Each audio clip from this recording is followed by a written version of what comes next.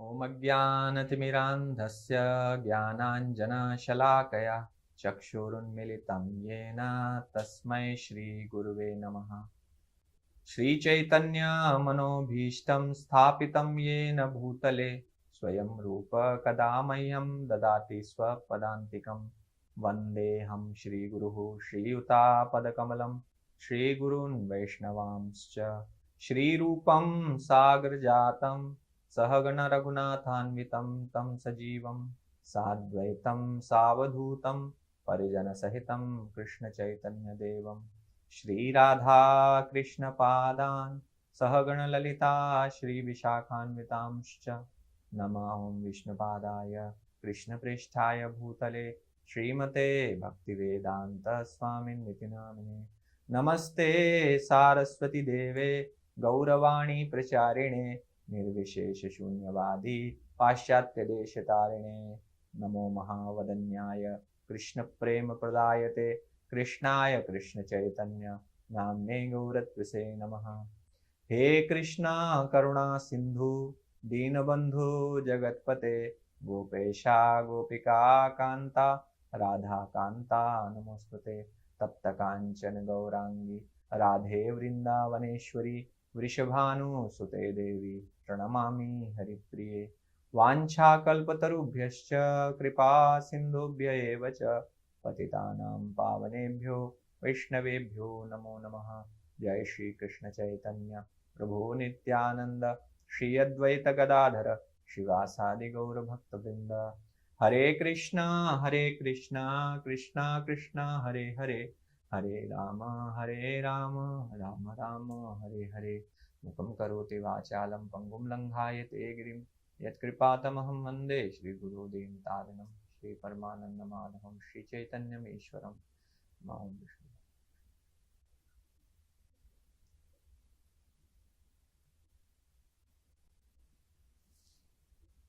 हरे कृष्णा। तो सभी भक्तों का आज के भक्ति शास्त्री की कक्षा में हार्दिक स्वागत है। तो पिछली कक्षा में हमने ओवरव्यू और प्रीफेस पढ़ा था। आज हम फर्स्ट श्लोक का जो है उससे चर्चा प्रारंभ करेंगे।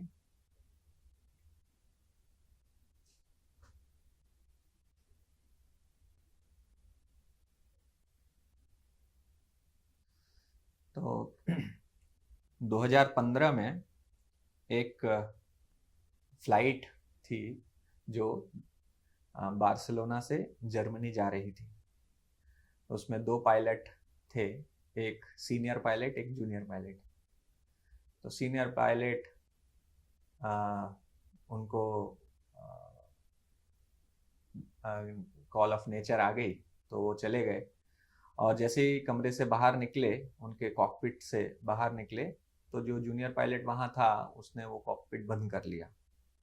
और बंद करके फिर वो जब वापस आए तो उन्होंने खुलवाने की कोशिश की, लेकिन उसने खोला नहीं। और प्लेन को ऑटो पायलट मोड में डाल के उसको नीचे जाने के डिसेंट मोड जो होता है उसमें डाल दिया।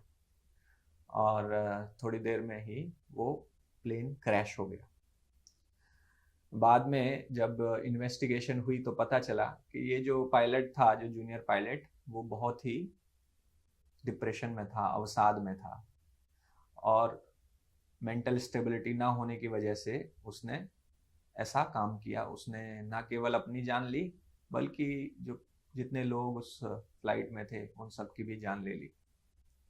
तब से एविएशन सेक्टर में बहुत ही स्ट्रिक्ट रूल्स बना दिए गए कि कौन प्लेन उड़ा सकता है। पायलट का इवन मेंटल स्टेटस क्या है वो भी चेक किया जाने लगा। तो कभी कभी हम जब बात करते हैं कि हमें अपने, जब पहला श्लोक आप पढ़ेंगे तो रूप गोस्वामी उसमें चर्चा कर रहे हैं कि आपके विभिन्न वेगों को, जो अपने स्वयं के विभिन्न वेगों को दबा सकता है, वही संसार में गुरु बन सकता है। तो इतनी क्या आवश्यकता पड़ गई कि वेगों को बहुत दबाने की आवश्यकता, ये प्रश्न मन में आ सकता है, क्योंकि ये स्वाभाविक है। अब भगवान ने हमें बनाया है तो ये वेग दिए हैं, इनका भी कुछ पर्पस होगा, क्यों वेग आए हैं, तो लोग प्रश्न करते हैं। तो इतना स्ट्रिक्ट रूल्स क्यों? तो इतना स्ट्रिक्ट रूल्स इसीलिए कि जिस प्रकार से एक प्लेन को उड़ाने वाले पायलट के ऊपर बहुत बड़ी जिम्मेदारी होती है, उत्तरदायित्व होता है, ना केवल उस मशीन का जिस मशीन में वो चल रहा है, क्योंकि वो जो प्लेन है वो बहुत हैवी मशीन है, बहुत बड़ी मशीन है, उसको चलाना आसान काम नहीं है। और वो मशीन ना केवल खुद एक मैटर है, उसके अंदर बहुत सारे लोग भी बैठ के जाते हैं, तो ह्यूमन लाइफ्स भी उसमें स्टेक पर है। तो जब कोई व्यक्ति इतने मैटर, इतने महंगा मटेरियल है, एविएशन सेक्टर का फ्यूल आपको तो पता ही है, अभी युद्ध चल रहा है ईरान इजराइल और यूएस के बीच में, तो अभी जो क्रूड ऑयल है उसकी कीमत कितनी बढ़ गई है, उसकी वजह से पूरे विश्व में अभी तेल की कीमतें बहुत बढ़ गई, एविएशन सेक्टर बहुत अफेक्ट हो रहा है, सब जगह फ्लाइट्स की कीमतें बहुत बढ़ गई हैं, तो जो पहले से ही महंगा था वो और भी महंगा हो गया है, और पूरे इसकी वजह से पूरे संसार में महंगाई बढ़ने वाली है। तो ये जो सेक्टर है एविएशन सेक्टर, इसके जो इक्विपमेंट्स हैं वही बहुत महंगे हैं। तो उतने बड़े मटेरियल जो इतना महंगा है, ऊपर से उससे भी ज्यादा महत्वपूर्ण है इतने लोगों की जिंदगी जो अमूल्य है। इन सभी का उत्तरदायित्व तो एक पायलट के ऊपर होता है, क्योंकि उसके हाथ में सबकी जान होती है। अगर उसका मेंटल स्टेटस ठीक नहीं है तो वह सारे लोगों को समाप्त, इतनी जिंदगियों को समाप्त कर सकता है। तो इसीलिए बहुत स्ट्रिक्ट रूल्स लगाए गए कि कौन प्लेन उड़ा सकता है, कौन नहीं। इसी प्रकार से हमें ये मनुष्य शरीर मिला है, और ये मनुष्य शरीर बहुत महत्वपूर्ण शरीर है, बहुत दुर्लभ शरीर है। अनेक अनेक जन्मों के बाद, 84 लाख योनियों से गुजरने के बाद ये मनुष्य शरीर प्राप्त होता है। इस मनुष्य शरीर का एक बार मिलने के बाद अगर आपने इसको खो दिया तो ये बहुत बड़ी हानि होगी। तो इस मनुष्य शरीर को प्राप्त किए हुए जीव जो कि हम हैं, उसके ऊपर बहुत बड़ी जिम्मेदारी है। तो उसके लिए आवश्यक है कि वह अपनी इंद्रियों को नियंत्रित करे। यदि इंद्रियों को नियंत्रित नहीं करेंगे और पशुवत जीवन व्यतीत करेंगे तो ज्यादा समय नहीं लगेगा कि अन्य योनियों में सुगम यात्रा कर लेंगे। अन्य नेक्स्ट लाइफ होगी, किस रूप में होगी, छिपकली बनेंगे, सुअर बनेंगे, कुत्ता बनेंगे, बिल्ली बनेंगे, कुछ पता नहीं है। केवल एक कारण से, यदि हमने अपनी इंद्रियों को नियंत्रण नहीं किया। और ये तो हमारी जिम्मेदारी है, ये सामान्य जीवन में सामान्य व्यक्ति कोई भी हो उसकी जिम्मेदारी है। हरे कृष्णा, बहुत सारे डिवोटीज का वीडियो बंद है, रिक्वेस्ट है कि जो जो डिवोटीज अटेंड कर रहे हैं वो कृपया वीडियो खोलें। तो ये तो केवल एक सामान्य मनुष्य के लिए भी है, सामान्य मतलब जो भक्ति नहीं कर रहा उसके लिए भी ये बहुत इंपॉर्टेंट है। लेकिन जो भक्ति मार्ग पर चल चुका है और जिसके ऊपर गुरु होने की जिम्मेदारी है, कौन गुरु बन सकता है? तो गुरु बनने की जिम्मेदारी जिसके ऊपर है, उसके ऊपर अन्य लोगों का भी उत्तरदायित्व है। जिस प्रकार पायलट के ऊपर मशीन का उत्तरदायित्व है, साथ साथ उसके ऊपर अन्य लोगों के जीवन का भी उत्तरदायित्व है। ऐसे गुरु के ऊपर न केवल अपने शरीर का उत्तरदायित्व है, उनके ऊपर तो बहुत सारे जीवों का, बहुत सारे मनुष्यों का उत्तरदायित्व है। तो गुरु बनना पायलट बनने से भी बहुत ज्यादा कठिन है। पायलट तो केवल केवल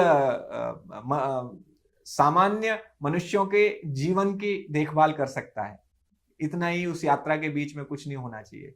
लेकिन गुरु को आध्यात्मिक जीवन की भी देखभाल करनी है। तो गुरु स्वयं अगर नियंत्रित नहीं होगा, अपनी इंद्रियों पर संयम नहीं होगा, तो वह बहुत बड़ा नुकसान कर सकता है। तो इसलिए इसलिए प्रश्न आता है कि क्यों हमें वास्तव में अपने मन तथा इंद्रियों को क्यों नियंत्रित करना है, इनके वेगों को क्यों नियंत्रित करना है। तो फर्स्ट श्लोक के साथ इसकी शुरुआत होती है।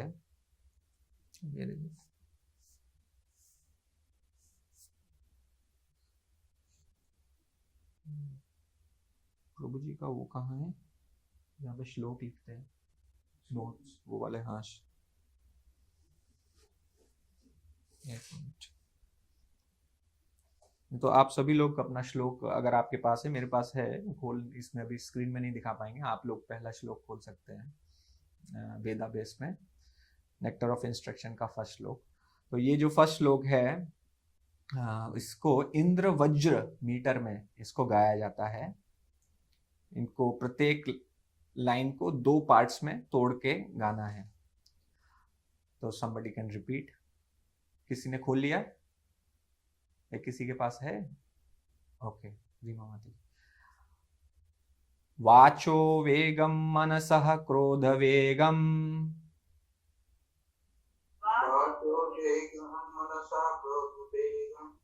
जिह्वा वेगम उदरोपस्थ वेगम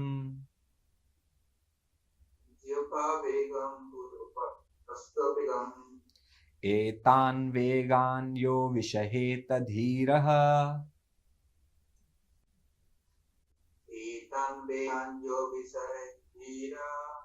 सर्वाम् अपीमां पृथ्वीं सशिष्यात्।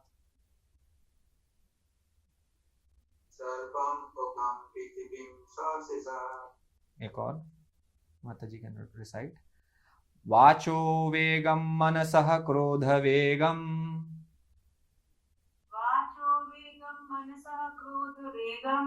जिह्वा वेगम उदरो उपस्थ वेगम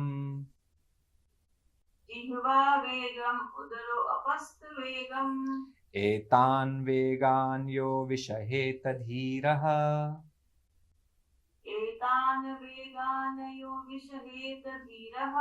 सर्वाम् अपीमां पृथ्वीं सशिष्यात्।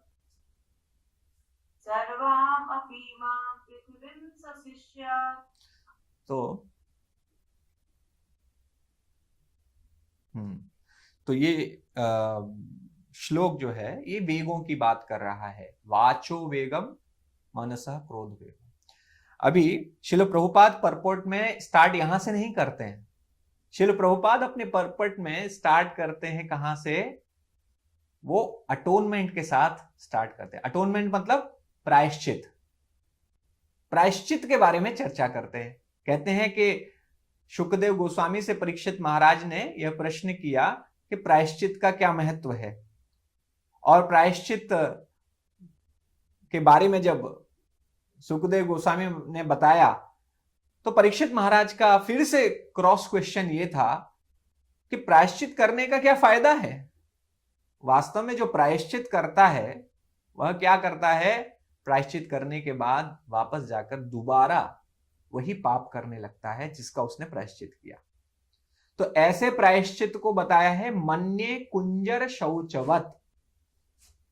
कुंजर मतलब हाथी और शौचवत मतलब स्नान।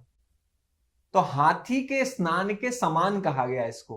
क्यों? क्योंकि हाथी जाता है पानी के अंदर, बहुत अच्छे से सफाई करता है पूरे शरीर की, किंतु बाहर आकर फिर से अपने सूंड में मिट्टी भरकर फिर से अपने शरीर पर डाल लेता है।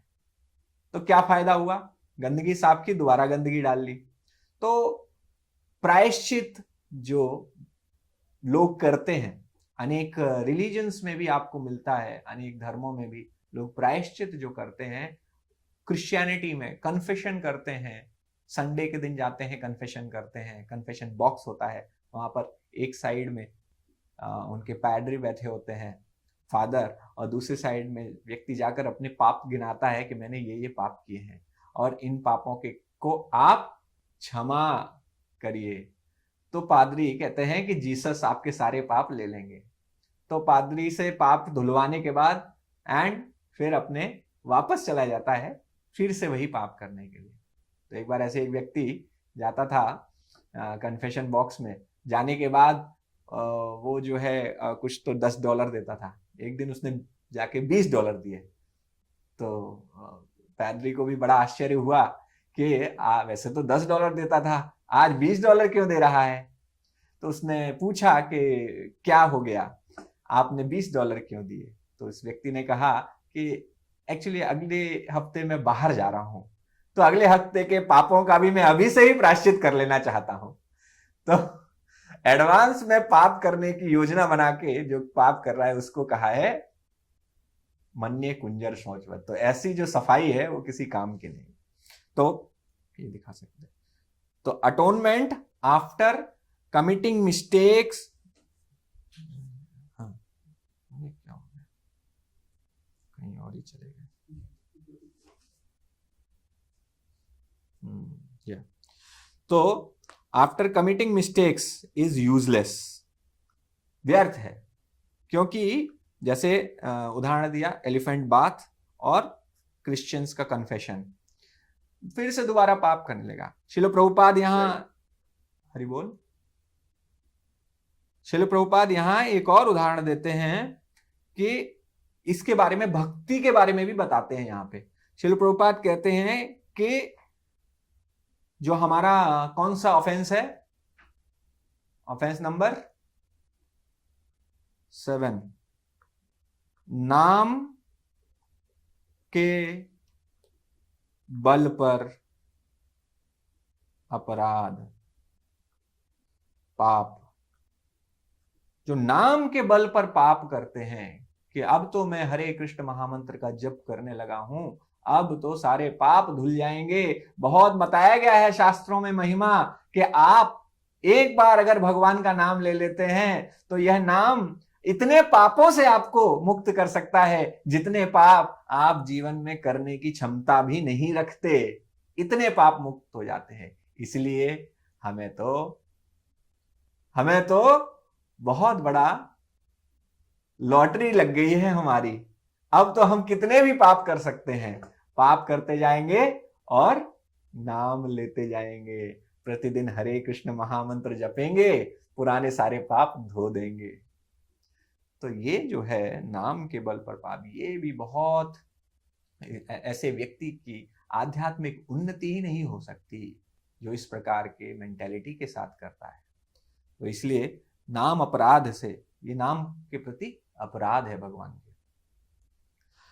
और इसी में जो तीसरा, देन प्रभुपाद कहते हैं कि 4 प्रकार के लोग होते हैं। 4 प्रकार के कौन कौन लोग होते हैं? पहला, जो श्रवण सुनता है और अनुपालन करता है।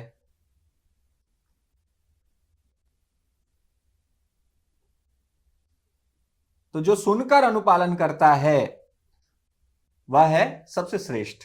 दूसरा है जो श्रवण करता है और दर्शन भी करता है। दर्शन क्या है? भगवान के दर्शन नहीं, उसको जो बताया गया है कि ये गलत है, अगर इसको ऐसे किया तो तुम्हें बहुत बड़ी जो है सजा मिलेगी या बहुत बड़ा पाप हो जाएगा, और फिर वो देखता भी है किसी ने ये पाप किया, उसके साथ क्या हुआ।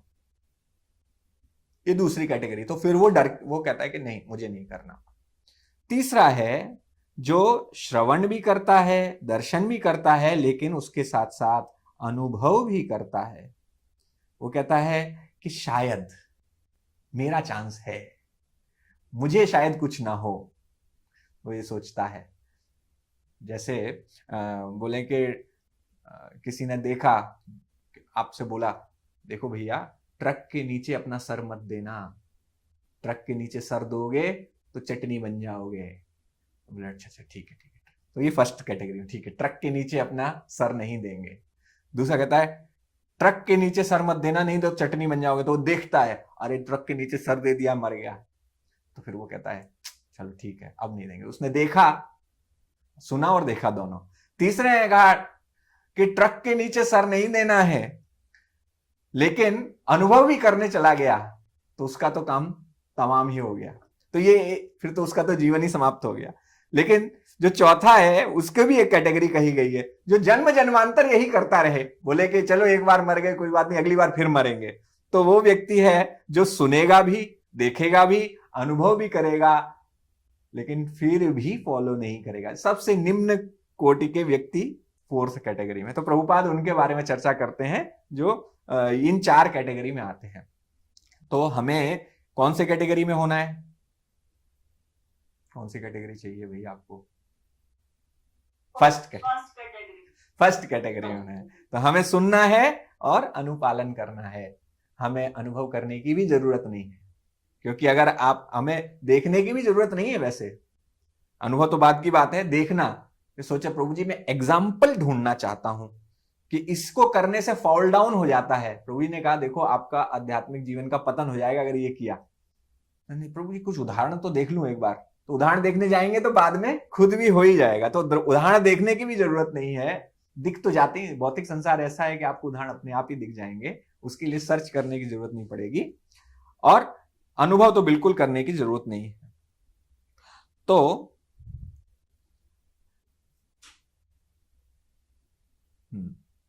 तो ये जो श्लोक है, वाचो वेगम मनसा क्रोध वेगम जिह्वा वेगम उदरोपस्थ वेगम एतान वेगान यो विषहित धीरा सर्वाम अपीमाम पृथ्वीम सशिष्यात्, इसमें जो है भगवान कृष्ण का तो कहीं नाम ही नहीं है। हम भक्ति की चर्चा कर रहे हैं, भक्ति शास्त्री कर रहे हैं, लेकिन भगवान कृष्ण से तो यहां कोई संबंध बनता नहीं दिखाई दे रहा है। तो इसीलिए ये श्लोक है, क्योंकि हमारे ऊपर रिस्पॉन्सिबिलिटी बहुत है, इसलिए ये श्लोक है। इसलिए हमें अपनी इंद्रियों को संयम करना है।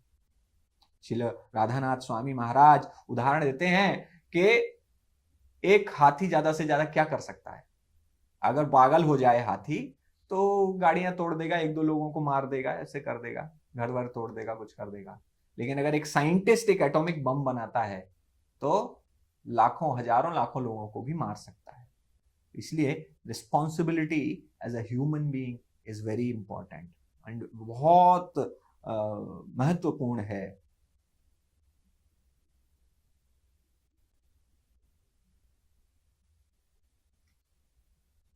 तो दो कारण बताए कि हम पहले श्लोक के जो हमें अपने माइंड एंड सेंसेस क्यों कंट्रोल करना है, तो हमें एक यही है कि एक तो हमें बहुत ह्यूमन लाइफ जो हमारा मनुष्य जीवन है वो बहुत महत्वपूर्ण है, और दूसरा ये है कि आध्यात्मिक जीवन उससे भी महत्वपूर्ण है। और क्योंकि एक गुरु बहुत सारे लोगों का, गुरु जो है सामान्य जन जीवन पर भी प्रभाव डालता है। आप देखिए इस संसार में या भारत में सबसे ज्यादा जो नुकसान किया है आध्यात्मिकता का, लोगों का आध्यात्मिक पथ से, भक्ति मार्ग से या किसी भी मार्ग से जो भरोसा उठा है, क्यों उठा है? क्योंकि ऐसे गुरु उन्होंने समाज में देखे हैं जिन्होंने पाप किए हैं। अनेक नाम है, यहाँ पर रिकॉर्डिंग है तो हम नाम नहीं लेंगे, आपको सबके नाम पता है, सब लोगों के नाम पता है कि जिन जिन लोगों ने अनेक शिष्य बनाए, लाखों लाखों शिष्य बनाए, और बाद में पता चला खुद स्कैंडल करके बैठे हैं। तो ऐसे लोगों को देख के समाज से आध्यात्मिक जीवन के प्रति लोगों का भरोसा ही उठ गया। तो इसलिए, क्योंकि रूप गोस्वामी के श्लोक को नहीं पढ़ा इन लोगों ने, एंड ये बहुत इंपॉर्टेंट है।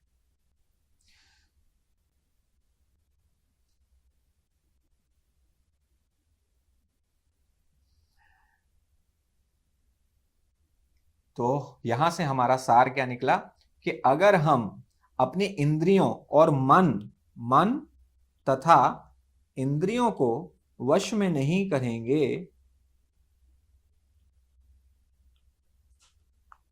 मन तथा इंद्रियों को वश में नहीं करेंगे,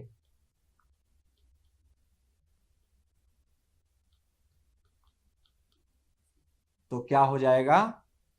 तो हमारा बहुत बड़ा नुकसान हो जाएगा। हम अपराध करते रहेंगे, अपराध या गलतियां करते रहेंगे, अपराध या गलतियां करते रहेंगे। ये हमें समझना है यहां से। अब मन तथा इंद्रियों को कैसे वश में करना है, अब ये प्रश्न आता है। तो मन और इंद्रियों को वश में करने के का जो पहला तरीका है, जो प्रभुपाद यहां डिस्कस कर रहे हैं, और जो श्लोक को पढ़ने से भी लग रहा है, श्लोक में तो ऐसा कुछ बताया नहीं है कि आपको कैसे वश में करना है, उसमें बस इतना कहा गया है कि वश में करना है, राइट? वाच वेग, वाच वो आपके बोलने का जो वेग है अंदर से, वेग का मतलब आप समझते हैं ना, वेग आप में से कितने लोगों को बोलने का वेग आता है, वाचो वेगम आता है? अभी कुछ बात करनी, बात बहुत देर से किसी से कुछ बात नहीं की मैंने, बात करना, कुछ तो बोलना है। अगर आपको कोई बात करने के लिए, कुछ लोग होते हैं, आप में से भी हो सकते हैं कुछ ऐसे, ये कोई गलत चीज नहीं है, दिस इज मतलब it can be, it's human nature. तो कुछ लोग होते हैं जिनको बिना बात किए मन नहीं लगता है। अगर बात नहीं की, उनके आसपास कोई है नहीं, अकेले हैं, तो बहुत परेशान हो जाते हैं, डिप्रेशन में चले जाते हैं। आप में से किसी के साथ ऐसा होता है कि अगर मुझसे कोई बात ना करे, आपसे 2 दिन अगर कोई बात ना करे, किसी, ऐसे तो किसी के साथ भी हो जाएगा, लेकिन फिर भी कुछ लोग होते हैं उनकी क्षमता बहुत कम होती है। अगर आपसे 3-4 घंटे भी किसी से बात नहीं हुई तो तुरंत लगने लगता है अभी किसी से बात करना है। तो ये एक वाचो वेगम का उदाहरण है। वाचो वेगम में ये तो है ही, फिर भी दिस इज लिटिल बेटर कि ठीक है कोई बात करने को नहीं। लेकिन कुछ लोगों का होता है कि उनसे कंट्रोल ही नहीं होता है। आप अगर उनके पास बैठ जाएंगे तो चटर चटर चटर चटर चटर उनका चटर बॉक्स चलता रहेगा। और जो वाच, इसका प्रभुपाद बाद में उदाहरण देते हैं, ये जो bug bug bug bug bug bug bug bug, उसको मेढक की टर्र टर्र से उन्होंने तुलना की है। मेढक की टर्र टर्र क्या होता है? मेढक की टर्र टर्र, मेढक टर्र टर्र करता रहता है, नहीं प्रभु जी अच्छी आवाज निकालते, मैं नहीं निकाल तो वो जो साउंड है मेढक की, ये जो साउंड है, तो ये टर्र टर्र वाली साउंड से क्या होता है, बहुत उसको लगता है मैं बहुत अच्छी आवाज निकाल रहा हूँ, बहुत सुंदर है, कितनी मधुर आवाज निकल रही है। लेकिन उससे एक ही चीज होती है, उससे एक व्यक्ति बड़ा आकर्षित होता है, वो है सांप। सांप को पता चल जाता है ये मेढक टर कर रहा है, आके उसको निगल लेता है। तो ये जो श्लोक है विशेष रूप से उन लोगों के लिए है जो मेढक की तरह टर टर करते रहते हैं और वास्तव में किसको निमंत्रण दे रहे हैं? मृत्यु रूपी, काल रूपी सर्प को निमंत्रण दे रहे हैं। तो वाचो वेगम उनके लिए। तो अब ये जो इनकी चर्चा करेंगे, लेकिन पहले इनको कंट्रोल कैसे करना है। इनको कंट्रोल करने का एक तरीका है, क्योंकि श्लोक में बताया नहीं है कैसे कंट्रोल करना है, उसमें बस ये बताया है कि जो इन वेगों को नियंत्रित कर सकता है वो गुरु बन सकता है। तो प्रभुपाद यहां कहते हैं, देखिए एक तरीका है ट्रेडिशनल तरीका, दिखा दें, एक तरीका है ट्रेडिशनल तरीका, वो क्या है? तपस्या, ब्रह्मचर्य, मन संयम, इंद्रिय नियंत्रण, ये जो है ना तपस्या, इसमें व्रत आ जाते हैं, ब्रह्मचर्य,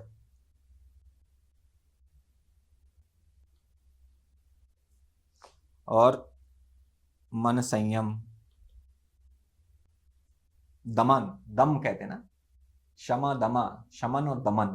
तो ये सब जो तरीके हैं ट्रेडिशनल तरीके हैं, इनमें आप क्या कर सकते हो, बैठ जाओ और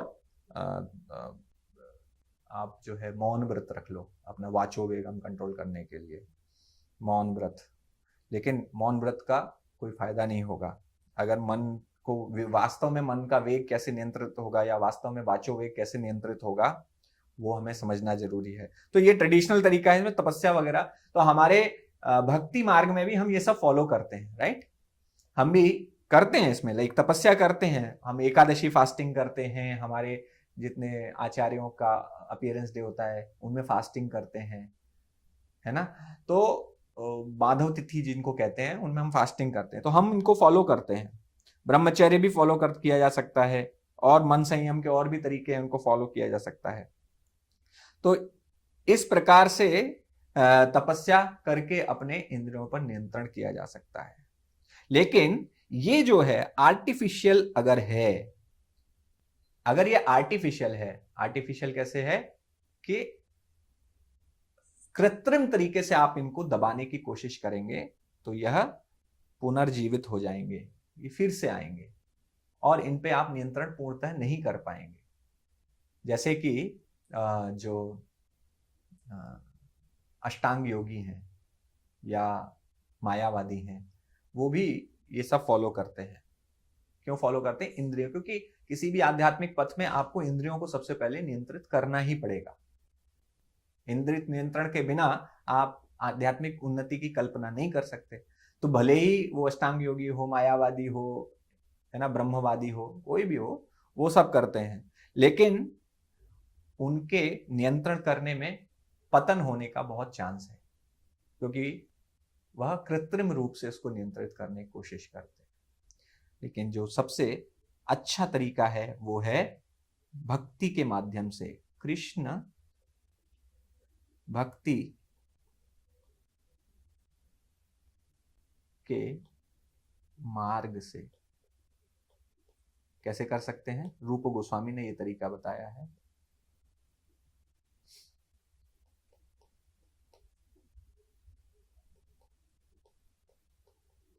रूप गोस्वामी का तरीका है क्या है?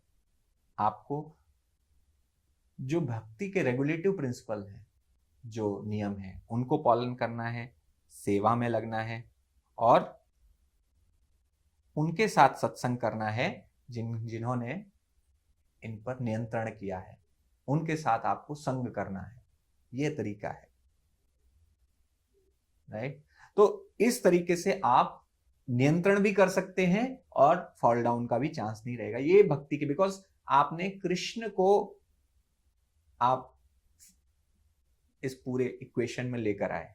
कृष्ण का समीकरण जो है, इक्वेशन मतलब समीकरण में कृष्ण आ गए, तो ये तरीका आपको धोखा नहीं देगा। फिर श्रील प्रभुपाद इसके बाद 6 वेगों की जो चर्चा करते हैं, उसमें वाच्य वेगम, बोलने का,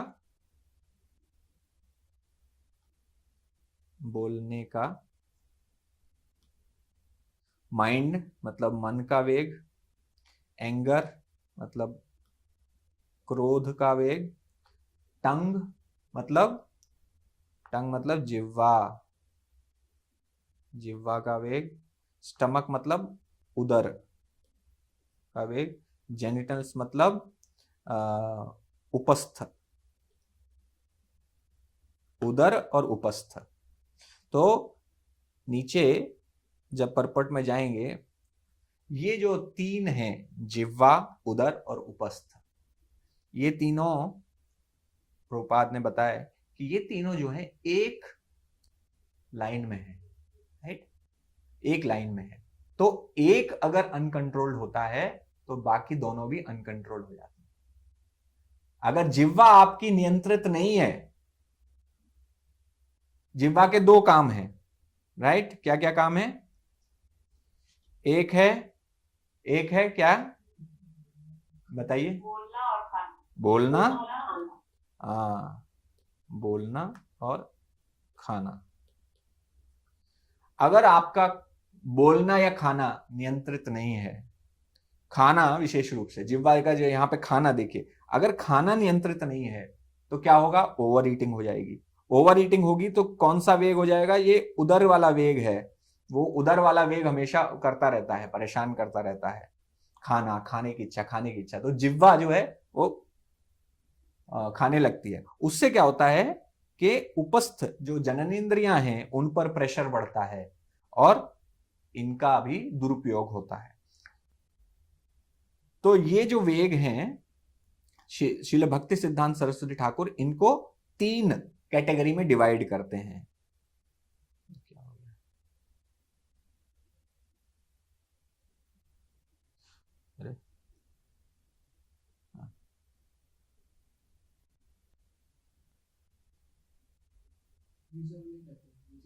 रिजॉल्व लेटर में दोबारा आ जा रहा है, टुडे एट 7:04।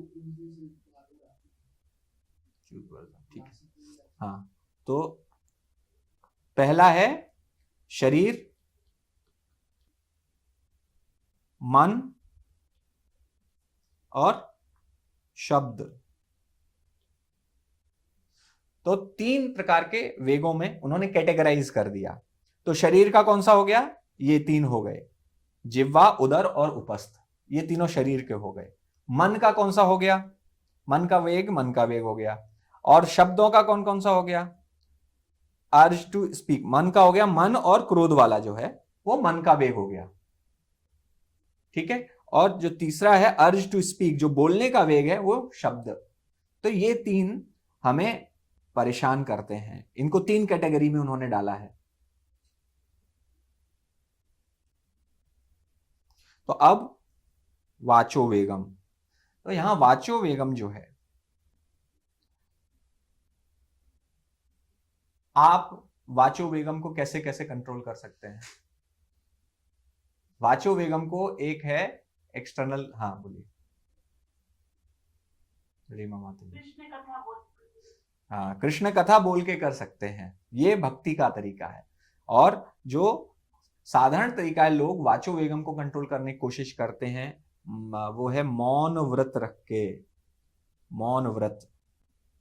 लेकिन मौन व्रत रखने का कोई फायदा नहीं होता। यदि मौन व्रत रखने के बाद लोग क्या करते हैं, उन्होंने कम्युनिकेशन स्टॉप करने की बजाय उन्होंने क्या किया, एक स्लेट लेके उस पर चौक से लिख रहे हैं, स्लेट लेके चौक से, स्लेट लेके उस पर चौक से लिख रहे हैं अगर, तो आपने अपने जिह्वा वेग को या वाचो वेग को आपने कंट्रोल नहीं किया है।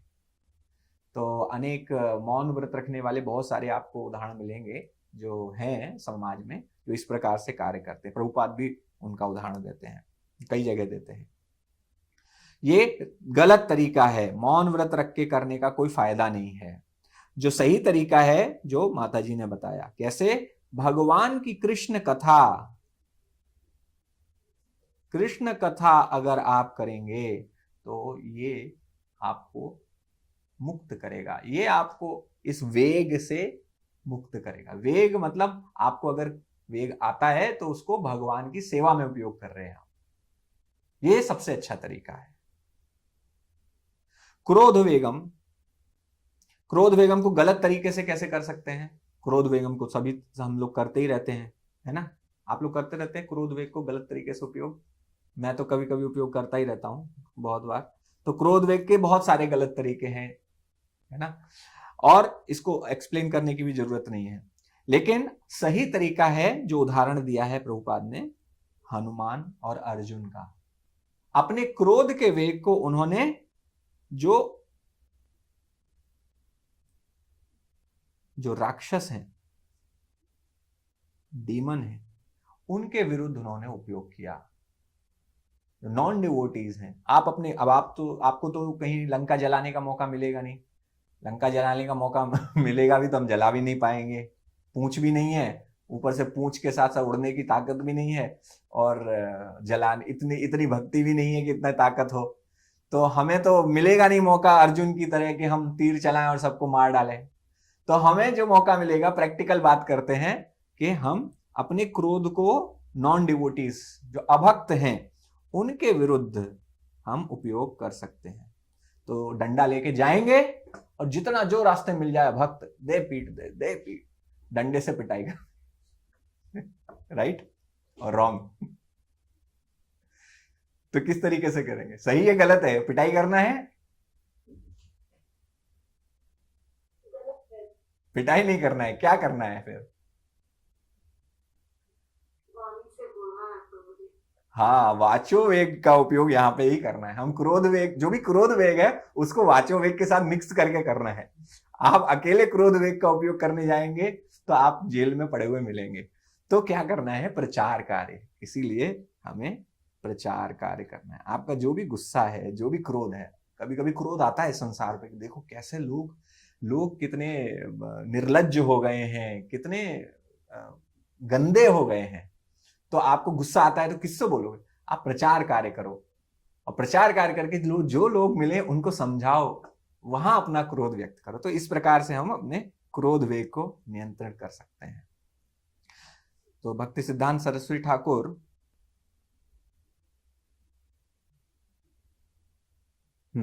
तो जब हम पढ़ते हैं तो इस प्रकार से हमें कैटेगराइजेशन करके चलना है। यहां पर क्या गलत तरीका है, क्या सही तरीका है। तो अभी हम सही तरीके से पढ़ लिए। भक्ति सिद्धांत सरस्वती ठाकुर अपने कमेंट्री में वो कहते हैं कि दो प्रकार से माइंड, जो मन है, मन, उसकी दो प्रकार की प्रवृत्ति रहती है। एक है राग और क्रोध। राग द्वेष विमुक्तेस्तु, राग और क्रोध। तो राग को क्या कहा गया है? राग मतलब अनुराग। अनुराग भगवान से भी हो सकता है, नहीं तो अगर भगवान से नहीं है तो क्या होगा? ये सामान्य इंद्रिय तृप्ति के प्रति अनुराग रहेगा। हमारे पास हमारा बहुत अनुराग है अभी भी, सामान्य क्या होगा, हाँ, तो सामान्य इंद्रिय तृप्ति के लिए अनुराग।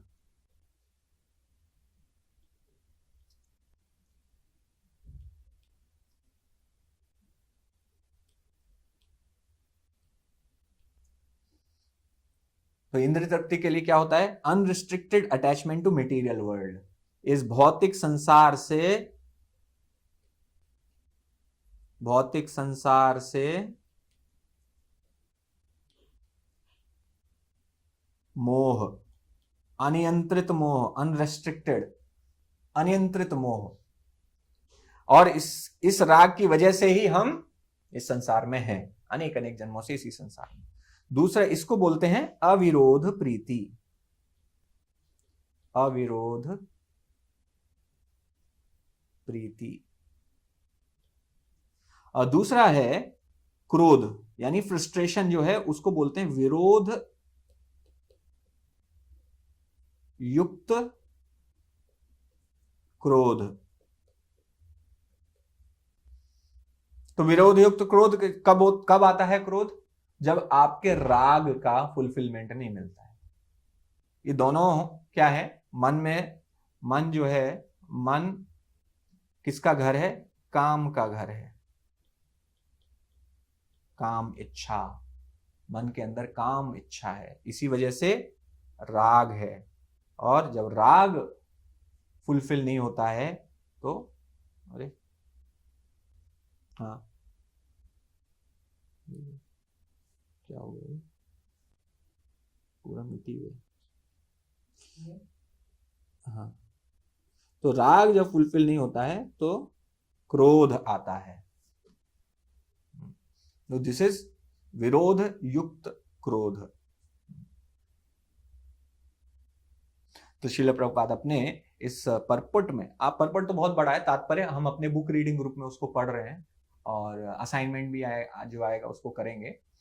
तो परपट को बहुत ध्यान से पढ़ने की जरूरत है, क्योंकि उसमें बहुत सारी चीजें हैं जो हमारे कृष्ण भक्ति के लिए नियम बताए हैं। बहुत इंपॉर्टेंट नियम है, छोटे छोटे नियम हैं, लेकिन उनको अगर हम अपने जीवन में अनुपालन करेंगे तो भक्ति की बाधाओं से हमें मुक्ति मिल जाएगी। भक्ति की अनेक बाधाएं हैं, उनसे मुक्ति मिल सकती है। क्यों भक्ति में बाधाएं हैं? इंद्रिय तृप्ति ही तो सबसे मेन मसला तो यही है, क्योंकि हमारा इंद्रिय तृप्ति के प्रति आकर्षण समाप्त नहीं होता। मन और इंद्रिय दोनों का जो संयम है वही सबसे इंपॉर्टेंट है। तो उसमें प्रभुपाद ने बताया कि किस प्रकार से कृष्ण भक्ति के माध्यम से हम अपने इस आकर्षण को धीरे धीरे कंट्रोल कर सकते हैं और भक्ति की तरफ मोड़ सकते हैं।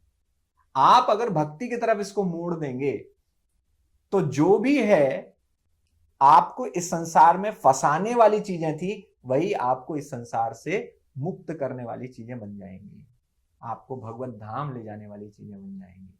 जैसे कि वाचो वेग जो है, वाचो वेग आपको इस संसार में फंसाएगा।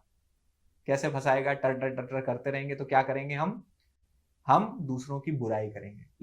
लोग प्रजल्प करते हैं, तो प्रजल्प में सबसे बड़ा टॉपिक होता है दूसरों की निंदा, पर निंदा आनंद बहुत आता है। दूसरे की निंदा करने में बहुत आनंद आता है। कुछ लोग होते हैं सारे संसार की निंदा करते हैं, सारे संसार की, उनको केवल निंदा रस ही सबसे अच्छा लगता है।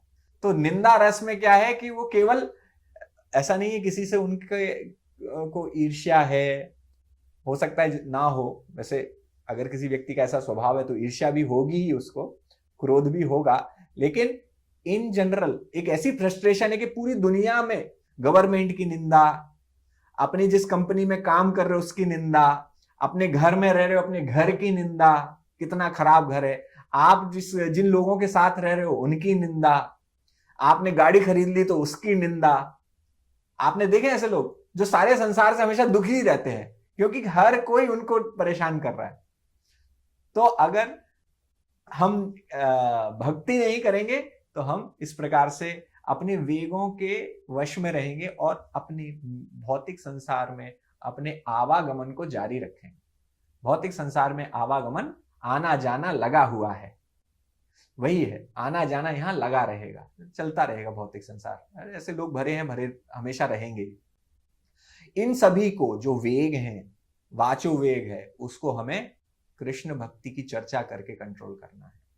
मन का वेग है, उसको भी हमें नियंत्रित करना है। मन का वेग कैसे नियंत्रित करेंगे? वाचो वेगम मनसा क्रोध वेगम। मन का वेग नियंत्रित करने के लिए जो कृष्णा कॉन्शियस उपाय है, कृष्ण भक्ति के उपाय हैं, उनको हम कर सकते हैं। हम चैंटिंग करते हैं, अपना मन भगवान के नाम में लगाते हैं, अनेक जो सेवाएं हैं, सेवा करते हैं। जैसे अभी प्रभु जी ने यहाँ हमें बताया था ना, एंगेजिंग इन सर्विसेज और एसोसिएटिंग विद दोस्त, जिन्होंने इन पर अपना कंट्रोल किया है, जो अपना नियंत्रण किया है, उनके साथ। तो अकेले नहीं हो पाएगा, ये बहुत जरूरी है समझना। हम अकेले बिल्कुल नहीं कर पाएंगे। ये पहली वर्ष जो है, जो पहला श्लोक है एनओआई का, इसको आप अकेले अगर फॉलो करने जाएंगे तो नहीं कर पाएंगे। इनको फॉलो करने के लिए, अनुपालन करने के लिए हमें संग बहुत जरूरी है। आज हम सब यहाँ बैठे हैं, इसके बारे में चर्चा कर रहे हैं, तो ये तभी ये जो चर्चा है, इसकी वजह से हम अपनी इंद्रियों को कंट्रोल में कर सकते हैं, मन तथा इंद्रियों। जिसने भी अकेले जाकर एकांतिकी हरेर भक्ति उत्पात एव ही कल्पते, जो हरि की भक्ति एकांत में करने की इच्छा करता है, उससे केवल उत्पात ही पैदा होता है। तो इसलिए कलयुग का सबसे बड़ा बल, कलयुग की सबसे बड़ी शक्ति, उसका हमें उपयोग करना है। क्या शक्ति है? कलयुग की सबसे बड़ी शक्ति क्या है? हरि नाम तो है ही। हाँ, संग में संघे शक्ति कलो युगे, संघे शक्ति कलो युगे। कलयुग की सबसे बड़ी शक्ति है जब आप संग में मिलकर करेंगे, तभी हो पाएगा। इसीलिए हम लोगों ने बुक रीडिंग ग्रुप्स बनाए हैं, जहाँ साथ में बैठकर हम लोग पढ़ सकते हैं। साथ साथ बहुत सारे फेस्टिवल्स होते हैं, यात्राएं होती हैं, जिसमें हम साथ आके सेवाएं करते हैं, ताकि हमारी एक दूसरे को हम शक्ति देते रहें। कलयुग का यही सबसे बड़ा फायदा है। तो हमें क्या करना है? हमें गोदास, हम क्या हैं अभी? गोदास हैं, इंद्रियों के दास हैं, उसको हमें परिवर्तित करना है। गोदास का मतलब है, गो का मतलब है इंद्रियां। गो का मतलब यहां पर गाय नहीं है, गाय के दास नहीं है। प्रभु जी हम गोदास हैं तो गाय के दास हैं, नहीं। गोदास का मतलब है इंद्रियों के दास। तो इंद्रियों के दास मिट जाता है। हाँ, और गोस्वामी, तो हमें गोदास से गोस्वामी बनना है, इंद्रियों का स्वामी, मास्टर ऑफ द सेंसेस, इंद्रियों के स्वामी।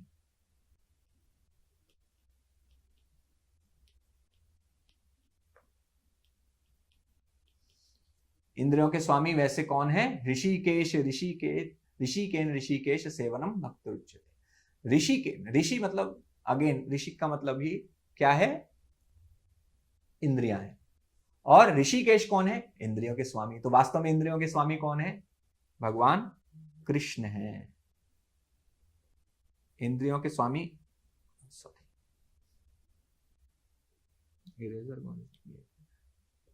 हाँ, भगवान कृष्ण है इंद्रियों के स्वामी। तो इनकी, इंद्रियों के स्वामी की सेवा में जब इंद्रियों को लगाएंगे, समझे? इंद्रियों के स्वामी की सेवा में जब अपनी इंद्रियों को लगाएंगे, तब हम गोस्वामी बन पाएंगे।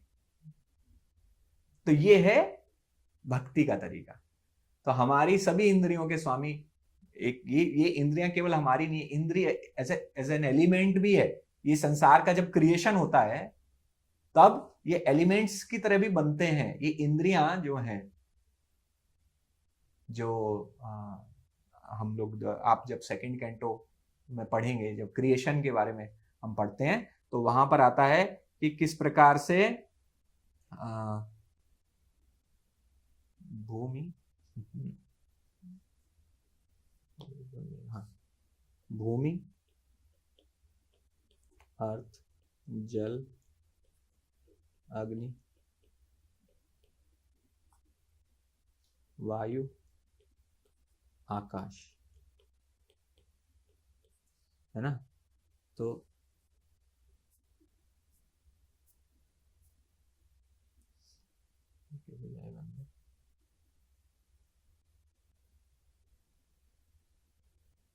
आकाश, तो ये 5 जो हैं ये एक एक करके बनते नीचे से। पहले आकाश तत्व फर्स्ट, फिर सेकंड, उस वहां से वायु, वहां से अग्नि, वहां से जल, वहां से भूमि। और इनमें जो इंद्रियों के जो कार्य हैं वो इनके साथ ही डेवलप होते हैं। तो इसको कहीं और लिख सकते हैं, शब्द, स्पर्श, रस, रूप, गंध। तो आकाश शब्द से आकाश के अंदर शब्द रहता है, और वायु के अंदर स्पर्श, रस और रूप उल्टा हो गया, इसको रूप, रस। और अग्नि के अंदर रूप रहता है नंबर 3, और जल के अंदर रस रहता है, और गंध भूमि के अंदर रहती है। तो ये सब भी उसी प्रकार से निर्माण होते हैं। तो वास्तव में हाँ, इसलिए बता रहे थे कि ये जो ऋषिकेश सेवनम जो हम कह रहे हैं, भगवान कृष्ण की सेवा, तो ये सभी इन तत्वों को जब हम लगाएंगे, अब इनमें इनके अंदर ये सभी हमारी इंद्रियों से कनेक्टेड हैं। शब्द, स्पर्श, रस, रूप, गंध सब हमारी इंद्रियों से कनेक्टेड, राइट। क्योंकि शब्द कहां से कनेक्टेड है? शब्द है जिह्वा से कनेक्टेड है, स्पर्श स्किन से कनेक्टेड है, रूप किससे कनेक्टेड है? रूप भी हमारे फॉर्म जो है कनेक्टेड है, रस जिह्वा अगेन, गंध भी हमारी इंद्री नाक से कनेक्टेड है, रूप आंख से भी कनेक्टेड है। तो इस प्रकार से सभी जो इंद्रियां हैं इस अपने तत्वों से भी कनेक्टेड हैं। तो जब हम इंद्रियों को भगवान की सेवा में लगाएंगे तब हम इन इंद्रियों को वश में कर सकते हैं। तो भक्ति विनोद ठाकुर ने भजन लिखा है, ओहे वैष्णव ठाकुर, ओहे वैष्णव ठाकुर। तो ये जो भजन है उसमें उन्होंने प्रार्थना की है कि इन इंद्रियों को, इन 6 वेगों को और 6 वेगों से संबंधित सभी बाकी जो वस्तुएं हैं, ये हम है कहीं पे, इसको हम एक बार देख लेते हैं। विल नॉट सिंग, विल, हाँ वो है वैष्णव ठाकुर।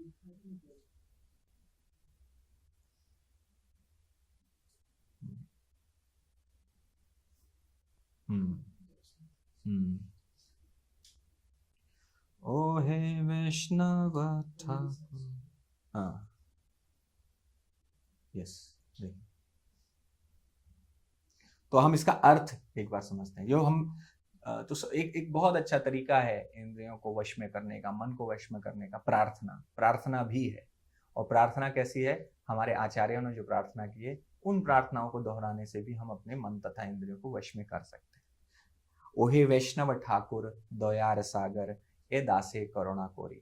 हे वैष्णव ठाकुर, आप दया के सागर हैं, आप इस दास पर करुणा कीजिए। दिया पद छाया, अपने कमलों की, अपने पद कमलों की छाया दीजिए। शोधो ए अमाया, उसको मुझे शुद्ध कीजिए।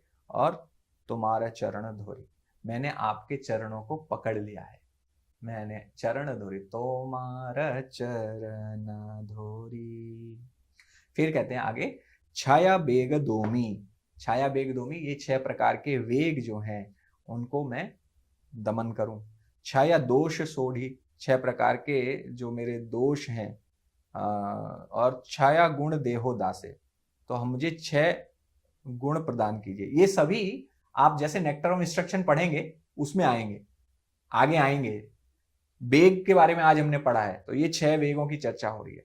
छाया दोष आगे आएंगे, सेकंड श्लोक में आप पढ़ेंगे दोष और गुण, और छाया सत्संगे, 6 प्रकार के सत्संग, ये सभी वो मांग रहे हैं। देहो अमार बोशेची संगेर आसे, मैं एसोसिएशन की कामना कर रहा हूं। एकाकी अमार नहीं पाया बल, मैं बहुत ही अकेला हूं, मैं बहुत ही अकेला हूं। नहीं पाया बल, मेरे अंदर कोई शक्ति नहीं है क्या करने की, हरि नाम संकीर्तन करने की अकेले शक्ति नहीं है। तो तुम ही कृपा कोरी, आप कृपा कीजिए, श्रद्धा बिंदु दिया, श्रद्धा बिंदु दे दीजिए, और देहो कृष्ण नाम धने, कृष्ण नाम का धन मुझे प्रदान कीजिए। कृष्णा से तोमार, कृष्ण आपके हैं, कृष्ण आपके हैं, कृष्णा दीते पार, और आप ही कृष्ण दे सकते हैं, आप ही के अंदर वो शक्ति है कि आप किसी को कृष्ण प्रदान कर सकते हैं। तोमार शक्ति आछे, ये आपकी शक्ति है। आमी तो कंगाल, आमी तो कंगाल, कृष्णा कृष्णा बोले, धाई तव पाछे पाछे, मैं तो कंगाल हूं, कृष्ण कृष्ण बोल के मैं आपके पीछे पीछे भाग रहा हूं। ये किससे प्रार्थना कर रहे हैं, किससे कर रहे हैं प्रार्थना? यस, एंड वैष्णव ठाकुर से, ओहे वैष्णव ठाकुर। तो वैष्णव ठाकुर जो भी हैं, सारे वैष्णव हैं।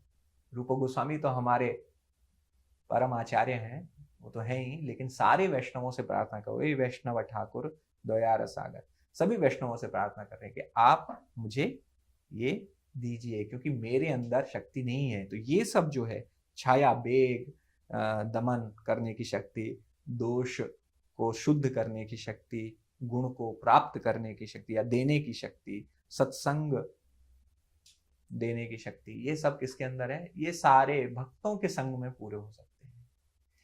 इसीलिए सबसे इंपॉर्टेंट इस श्लोक का सबसे इंपॉर्टेंट बात है जो हमने यहां पर चर्चा की, कि ये सब तभी हो सकता है जब हम भक्तों के संग में रहेंगे, ये तभी संभव है। हमारे आचार्यों ने भी अपने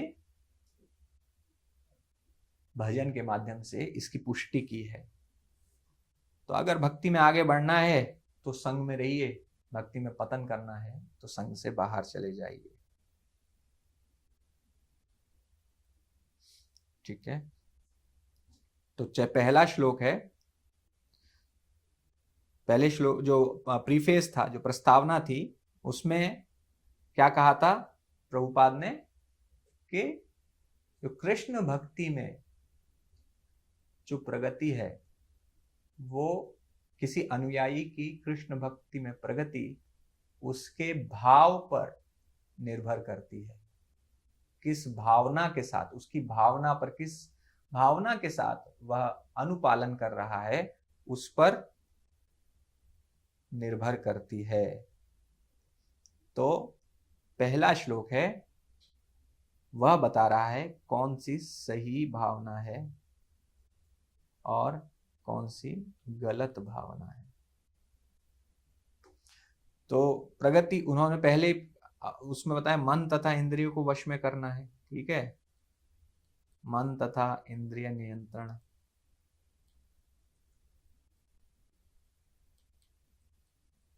उसमें भी कौन सा सही मार्ग है, कौन सा गलत मार्ग है, वो पहला श्लोक बता रहा है। पहला श्लोक जो कह रहा है कि ये नियंत्रित करने हैं क्योंकि गुरु बनना है, लेकिन कैसे नियंत्रित कर रहे हैं वो प्रभुपाद बता रहे हैं, कौन सा सही तरीका है। तो हम किसी कंफ्यूजन में ना रहें, हम कहीं ये ना सोचने लगे कि मुझे आर्टिफिशियल तरीके से करना है। तो हमें कोई आर्टिफिशियल तरीका अपनाने की आवश्यकता नहीं है। कोई भी प्रभु जी आज मैं मौन व्रत रखना चाहता हूँ, कोई आवश्यकता नहीं।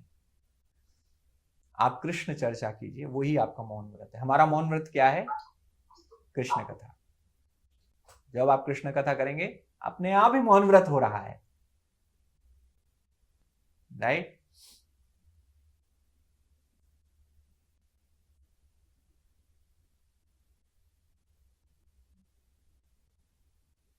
यस। तो अब राइट और रॉन्ग एटीट्यूड के बारे में जो डिस्कशन चल रहा था, वो प्रभु जी ने जो बताया है, ये सब आप सभी लोगों ने इंग्लिश वाली क्लास की है ना? किसी ने नहीं की है? अंजू माता जी आपने नहीं की है?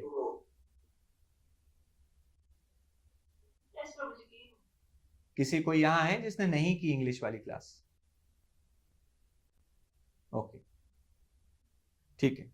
तो इसलिए हम इस पर, क्योंकि प्रभु जी ने जैसे डिस्कशन करके किया था, क्वेश्चन करके, तो हम वैसा नहीं करेंगे। हम जस्ट इनके बारे में डिस्कशन, क्योंकि हमने रूम्स, ब्रेकआउट रूम्स करे थे, और ब्रेकआउट रूम्स करके इनके बारे में चर्चा की थी। तो ब्रेकआउट रूम्स अभी नहीं कर रहे हैं, उसकी जगह हम नॉर्मल डिस्कशन कर लेते हैं। तो क्या क्या गलत भाव है और क्या सही भाव, सही भावना क्या है, गलत भावना क्या है, क्या क्या क्या करने में।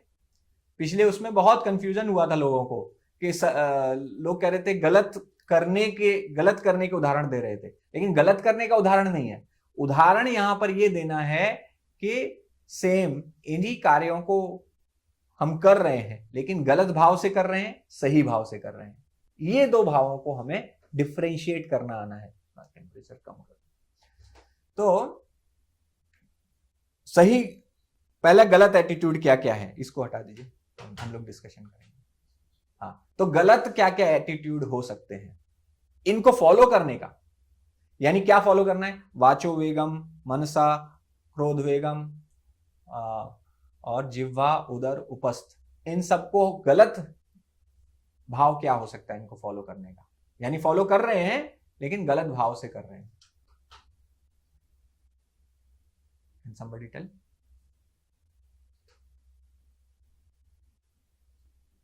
क्या उदाहरण हो सकता है? हरे कृष्ण प्रभु जी। हरे कृष्ण। अगर वाचो वेगम में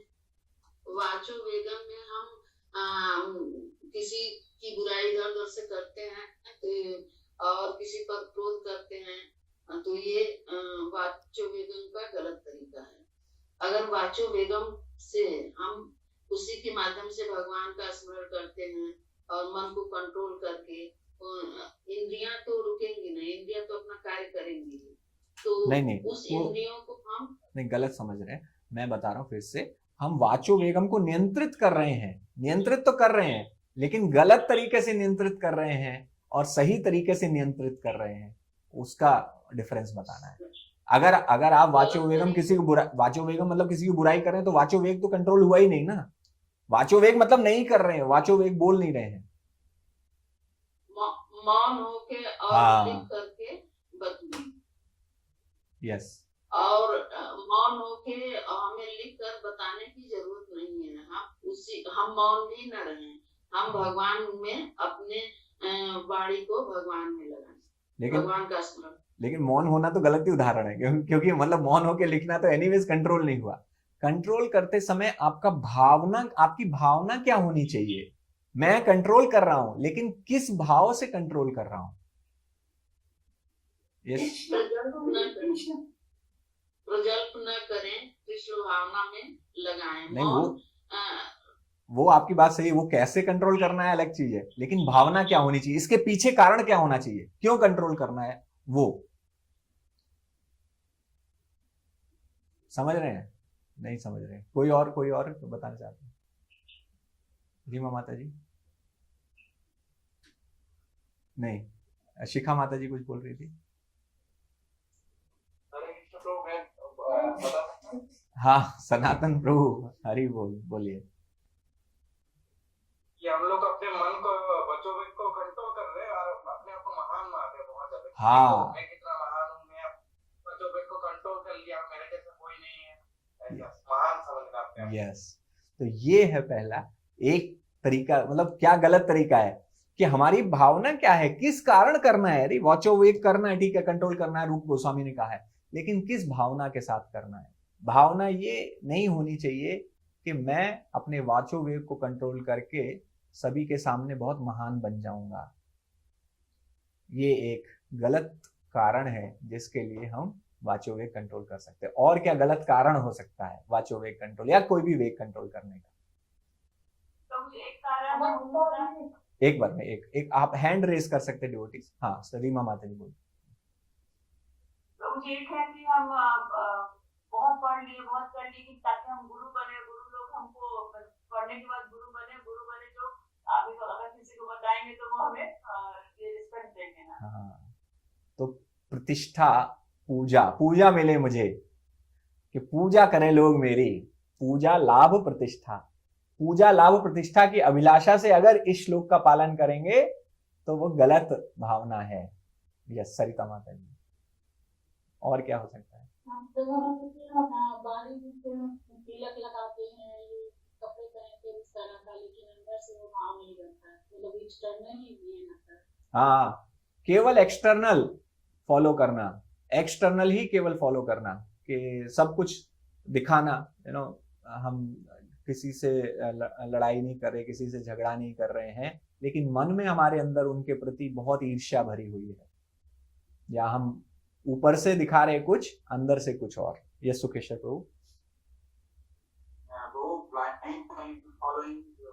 हाँ, ब्लाइंडली फॉलोइंग कैसे, क्या मतलब, क्या है, उदाहरण के तौर पे बताएं।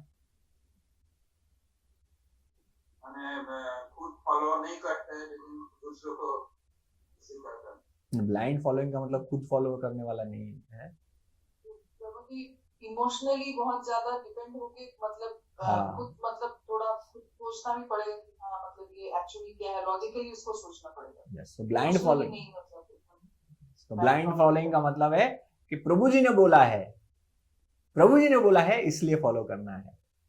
उसको समझना नहीं कि उसके पीछे का वास्तविक कारण क्या है, क्योंकि प्रभु जी से इतना ज्यादा प्रेम है कि प्रभु जी जो बोलेंगे वही करेंगे।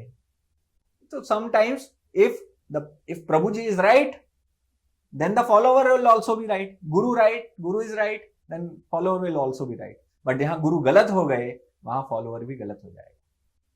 समझ रहे हैं? तो ब्लाइंड फॉलोइंग इसीलिए श्रील प्रभुपाद कभी भी एनकरेज नहीं करते थे। प्रभुपाद कहते थे ब्लाइंड फॉलोइंग नहीं होनी चाहिए। आप लॉजिक, रीजन, अपना बुद्धि अपनी जो है वो शरणागति में नहीं दे देनी है। बुद्धि तो लगानी है सेवा में, किस प्रकार से। तो क्योंकि कैसे पता चलेगा कि गुरु का त्याग भी करना पड़ता है कभी कभी, राइट? गुरु का त्याग कब कर सकते हैं? वो शास्त्र के हिसाब से अगर नहीं बोल रहे हैं तो जब जी, तो गुरु अगर शास्त्र के अनुसार नहीं चले तो गुरु का त्याग भी करना पड़ता है। तो जो ब्लाइंड फॉलोअर होगा वो गुरु का त्याग नहीं कर पाएगा। ब्लाइंड फॉलोअर क्या होगा? गुरु के साथ चला जाएगा, या फिर पूरा भक्ति ही छोड़ देगा। भक्ति ही छोड़ देगा वो। जैसे श्रील प्रभुपाद जब इस संसार में थे तो अनेक भक्तों को संन्यास उन्होंने दिया, लेकिन श्रील प्रभुपाद के संसार से जाने के बाद बहुत सारे लोग अपना संन्यास दंड वापस कर दिए, संन्यास वेश उतार दिए, फिर से गृहस्थ में चले गए। गृहस्थ से भी ज्यादा फिर से पाप कार्यों में चले गए।